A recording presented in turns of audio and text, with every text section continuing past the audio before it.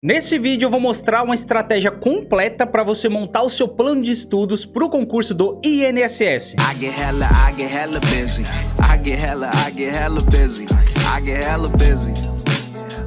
Bem, então vamos lá, pessoal. Esse cronograma que vocês estão vendo na tela agora é o cronograma de estudo semanal. Por que chama semanal? Porque eu separei ele semana após semana. Então semana 1, 2, 3, 4 e assim por diante. Se você observar, tem datas, tá? Em cada coluna tem uma data diferente. Professor, eu observei que o primeiro do 4 não corresponde à data que eu estou vendo esse vídeo.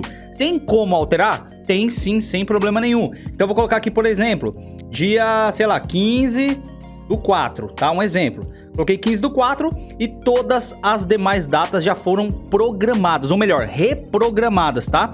Então sempre que você for iniciar os seus estudos, vem aqui na primeira célula e coloca a data do seu início. Pessoal, já estava esquecendo, o link para você ter acesso a esse cronograma de estudos, eu vou deixar aqui embaixo na descrição desse vídeo. Bem, então vamos lá. Primeira coisa que você tem que analisar, as suas dificuldades.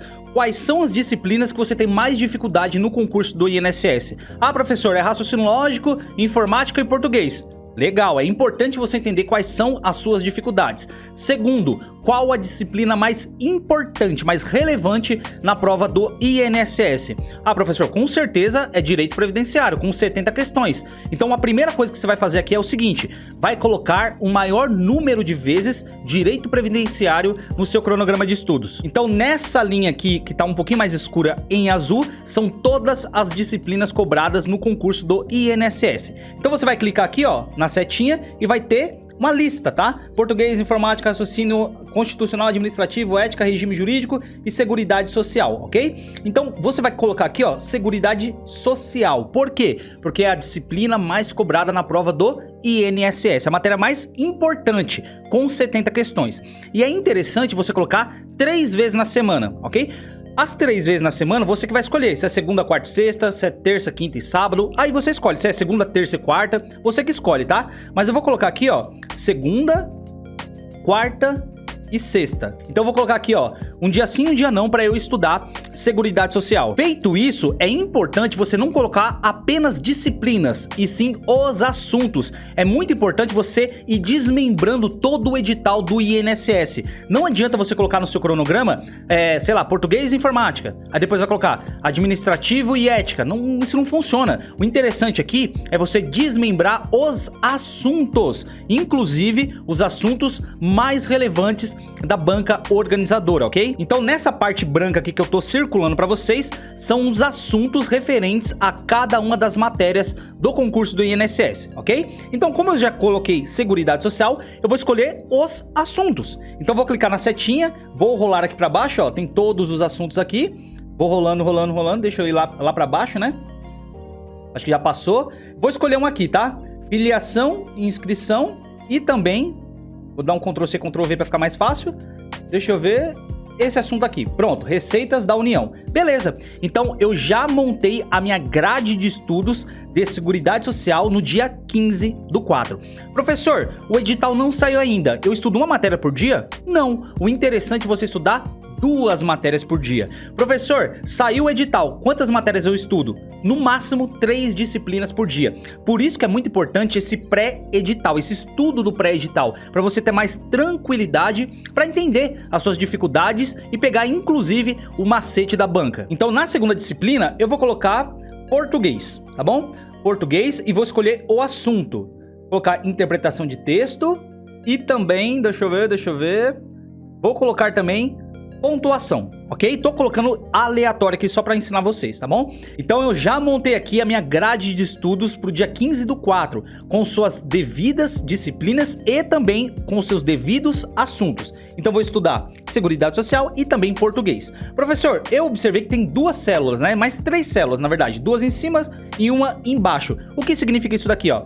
Essa parte aqui, pessoal, você vai clicar na setinha e vai ter as etapas. Então vai ter resumo, revisão, questões, sabatina, simulado, redação, TAF e revisão geral. Professor, mas tem TAF? Não, mas tá aqui na lista, tá bom?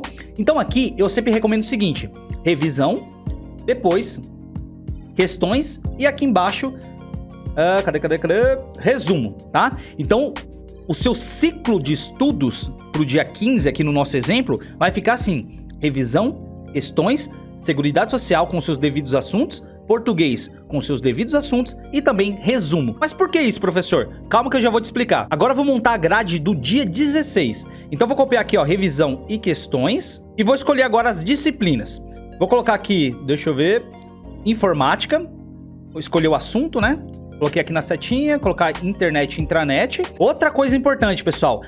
Os assuntos selecionados aqui tem que estar de encontro, né? Fazendo um link com o seu material de estudos. Não adianta você ter um material muito extenso, muito complexo, um material muito difícil de compreender, porque senão você vai ficar muito enrolado naquele assunto. Então o interessante aqui é você colocar a disciplina, o assunto e entender como você vai aprender cada matéria e cada assunto. Por exemplo, aqui, ó, internet e intranet. Como que você vai estudar isso? Vai ser por um livro, uma apostila, vai apenas resolver questões, vai assistir uma videoaula, como que você vai aprender? O interessante quando você estiver montando o seu cronograma de estudos é entender não só a parte de disciplinas e assuntos, mas também como você vai executar para aprender aquele conteúdo. Então, retomando aqui, vou colocar só um assunto para a disciplina de informática e depois vou escolher outra matéria. Vou colocar aqui, deixa eu ver, raciocínio lógico, tá? Vou escolher o assunto de raciocínio lógico. Deixa eu ver. Vou colocar aqui, ó, conceitos básicos de raciocínio lógico. Beleza, já montei aqui a minha grade do dia 16. Faltou o resumo, deixa eu colocar o resumo aqui, pronto. Já montei a minha grade do dia 16. Professor, agora explica pra mim por que o senhor colocou revisão e questões. Vamos lá, aqui entra outra estratégia.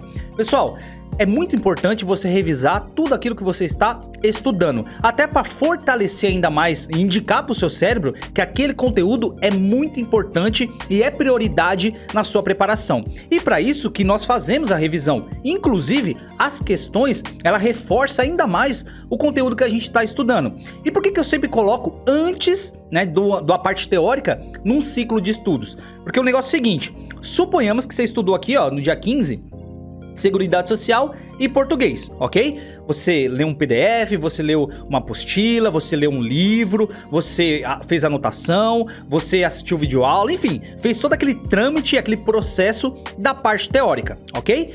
Só que no mesmo dia é interessante você fazer questões de prova? Ah, eu faço, professor. Depende, porque existem dois tipos de níveis de questão. A questão de aprendizado e a questão de análise de desempenho. Qual que é a diferença de um para o outro, professor? Questão de aprendizado é sempre aquela questão logo após a sua aula. Então você tem um PDF e logo após a explicação daquele conteúdo, tem algumas questões. Ou quando você vai assistir uma videoaula, sempre depois do conteúdo teórico, tem questões.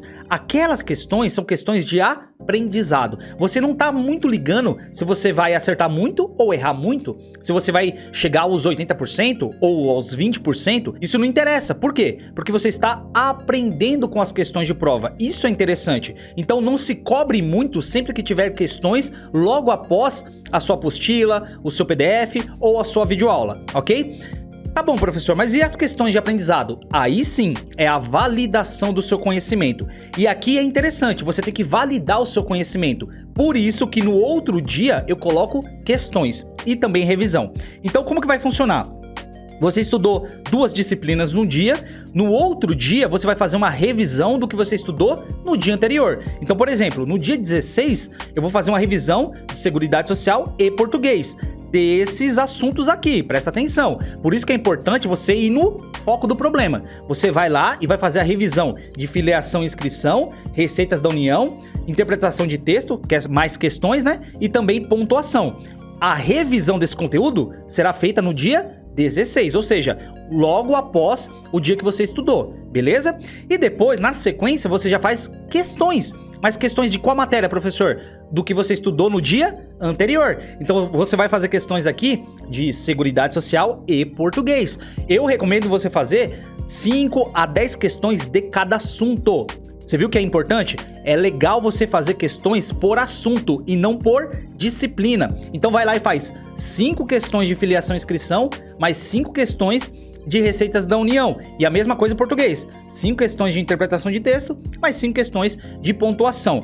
Professor, mas eu posso fazer mais? Pode, mas lembre o seguinte, você tem que ter qualidade no seu estudo. Não adianta você falar pra mim assim, ó, não, vou fazer 500 questões. Tá, mas você tá estudando as questões? Você tá estudando o enunciado, se tá certo ou errado, o porquê que tá errado, aonde que tá errado, tá estudando os comentários, tá conseguindo extrair algum conteúdo pra você montar o seu resumo. Então, você vê que é um pouco mais complexo do que se imagina? Então, eu recomendo você estudar pouco, só que com qualidade. Não adianta você fazer muitas horas de estudo com pouca qualidade. E outro ponto importante é a revisão. Professor, como que eu vou fazer essa revisão? Sempre uma revisão ativa. Existe a ativa e existe a passiva. Passiva é simplesmente uma releitura. Eu pego meu livro, meu PDF, minha apostila e releio tudo aquilo que eu já li ontem, por exemplo, ou assisto de novo as mesmas videoaulas com o mesmo tempo. Isso daí é revisão passiva. Agora, a revisão ativa é algo mais profundo, mais detalhado. Eu ativamente, eu tento aprender o conteúdo na marra, cara, tá? Então eu começo a me questionar sobre o conteúdo. E é importante você ter um material próprio, montado por você, do seu jeito, através do resumo ou das suas anotações, para que essas revisões ativas sejam mais fortalecidas. Então você vai pegar o resumo que você fez da aula anterior e simplesmente vai se questionar, né? Vai se colocar à prova sobre aquilo que você realmente estudou. Ali você vai entender se realmente você está indo bem ou está indo mal. Outro ponto bem importante que muita gente me pergunta: professor, como que eu sei que o meu resumo tá bom? Que ele é eficiente mesmo? Quando o seu resumo é capaz de responder questões de prova. Se você pegar questões de prova e pegar do lado o seu resumo e o seu resumo não for capaz de responder as questões que tá aqui, você não tem um resumo eficiente. Porque o resumo nada mais é do que a sintetização das informações que você estudou, só que de forma enxuta. Então você tem um conteúdo muito complexo, muito extenso. Você sintetiza isso, né? Resume esse conteúdo, coloca do seu jeito, simples, direto, objetivo, sem enrolação e tenta responder questões. Se esse resumo não for capaz de responder essas questões, ele não está bom e precisa melhorar. Outro ponto bem importante: sempre coloque matérias que você tem mais dificuldade logo de cara. Lembra que eu perguntei no começo do vídeo quais disciplinas que você tem mais dificuldade? Lembra disso? Então, suponhamos que no dia 16 você montou lá informática e raciocínio. E você, informática, tá indo bem, acha bem legal a matéria, tá tudo ok, né? Só que raciocínio lógico, você, cara, vai muito mal, você odeia, você detesta, você não aprende e tal. Então coloque ela no topo, em primeiro lugar. Por quê? Porque o nosso cérebro, ele gosta de coisas automáticas. Ele gosta de economizar energia. Então quando você estuda o que você gosta, pô, tá todo feliz, sabe? Nossa, a felicidade tá radiando o seu mundo. E você pensa depois que tem que estudar uma matéria que você não gosta, cara, o seu estado emocional já muda drasticamente. Então, dica importante: se você já começa aquele dia com energia para estudar, coloca logo de cara a matéria que você tem mais dificuldade. Isso ajuda muito. Então assim, pessoal, vocês vão aplicando essa estratégia que eu falei para vocês até o sábado, tá bom? Aplica do jeitinho que eu falei aqui para vocês nesse vídeo. Quando chegar no domingo, qual que é a minha recomendação? Chegou no domingo, vocês vão fazer uma revisão geral, deixa eu colocar aqui, revisão geral e também um simulado, tá bom? Revisão geral e simulado. Como que eu vou fazer essa revisão geral, professor? Por isso que é importante, no decorrer da semana, você fazer anotações, grifamentos, um mapa mental, um flashcard, algum tipo de conteúdo, para que esse conteúdo seja sintetizado e revisado no final de semana. Então você vai pegar tudo aquilo que você estudou na parte teórica no decorrer da semana, de segunda a sábado, e vai fazer uma revisão geral para fortalecer ainda mais o conteúdo na sua memória de longo prazo. E depois da revisão, vocês vão fazer um simulado. Esse simulado não precisa ser aquele simulado geral de 120 questões. Faça um mini simulado com os assuntos que você estudou no decorrer da semana, de segunda a sábado. Então pega todos os assuntos e monta o seu mini simulado para você entendendo se você está indo bem ou indo mal, não só nas disciplinas, mas também em cada um dos assuntos. E assim, pessoal, vocês vão montando do jeitinho que eu expliquei para vocês, semana após semana. Tenta montar no mínimo aí umas 8 semanas, tá? Para você ir se adaptando ao cronograma. Lembrando o seguinte, pessoal, essa parte do cronograma de estudo semanal é apenas uma parte desse plano de estudos que é totalmente automatizado. Então, além dessa parte que vocês estão vendo na tela agora, ela tem o planejamento de atividades, tem um edital verticalizado, tem a parte de controle de PDF, videoaula, lei seca, tem a parte de registros, onde você vai ter o cronômetro para medir o seu tempo de estudos, vai ter o controle de questões, vai ter o controle de revisão, vai ter um banco de dados para entender em qual assunto você está mais errando, você vai ter controle de simulado, você vai ter alguns resultados bem analíticos, né, de estatística, desempenho, vai ter a parte de anotações, enfim, é um cronograma absolutamente completo para você ser aprovado nesse concurso do INSS. E só lembrando o seguinte, pessoal, para você ter acesso a esse cronograma, eu vou deixar o link aqui embaixo na descrição do vídeo. Clica lá, confere, porque vale muito a pena. E outra coisa bem importante, deixa aqui embaixo nos comentários qual tem sido a sua maior dificuldade em estudar para esse concurso do INSS. É revisão? É questões? É resumo? É teoria? O que é? Deixa aqui embaixo nos comentários, porque a sua participação é fundamental para que a nossa comunidade possa crescer cada vez mais. Então eu espero que eu tenha te ajudado, tamo junto, é nóis!